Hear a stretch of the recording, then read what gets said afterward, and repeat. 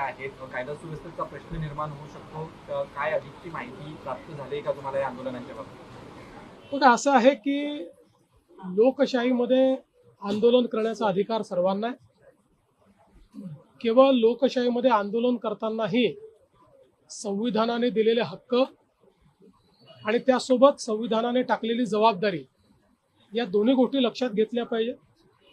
कोणीही परवानगी घेऊन आंदोलन करत असेल, शांतिपूर्ण आंदोलन करत असेल तर अशा आंदोलनाला परवानगी पण दिली जाईल आणि अशी आंदोलनं करण्याचा सगळ्यांना अधिकार आहे. जाणीवपूर्वक राजकीय अशांतता तयार करण्याकरता विना परवानगी आंदोलनं करणे, हिंसा करणे हे मात्र कुठल्याही परिस्थितीमध्ये योग्य नाही.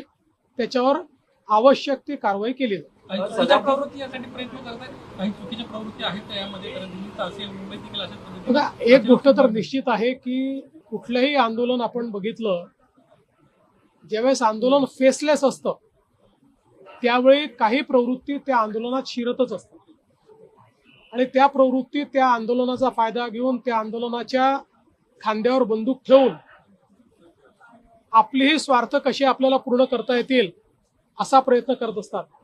तर दिल्लीमध्येही जे आंदोलन झालं, अनेक राजकीय पक्ष त्यामध्ये आपली पोळी कशी भाजता येईल हा प्रयत्न करतायत.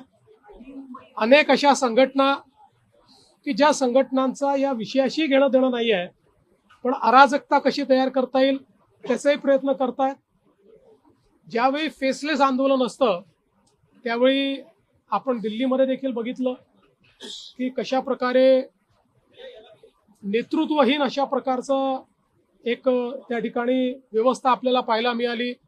पोलिसांच्या गाड्या फोडणं असेल, गाड्या उलटवणं असेल, पोलिसांवर दगडफेक असेल, अशा अनेक गोष्टी घडल्या. तर एक गोष्ट मी आपल्याला सांगतो की कुठल्याही सरकारला आपल्या नागरिकांवर लाठीचार्ज करणं हे कधीच आवडत नाही.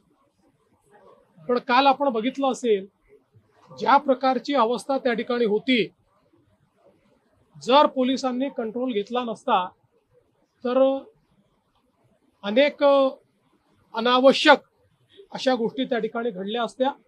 पोलिसांनी मोठा संयम देखील दाखवलेला आहे आणि अर्थातच अशा प्रकारचं आंदोलन हे त्या ठिकाणी योग्य पद्धतीने व्हावं यापुरतं जेवढं त्याच्यावर कारवाई केली पाहिजे तेवढी कारवाई ही पोलिसांनी केली आहे.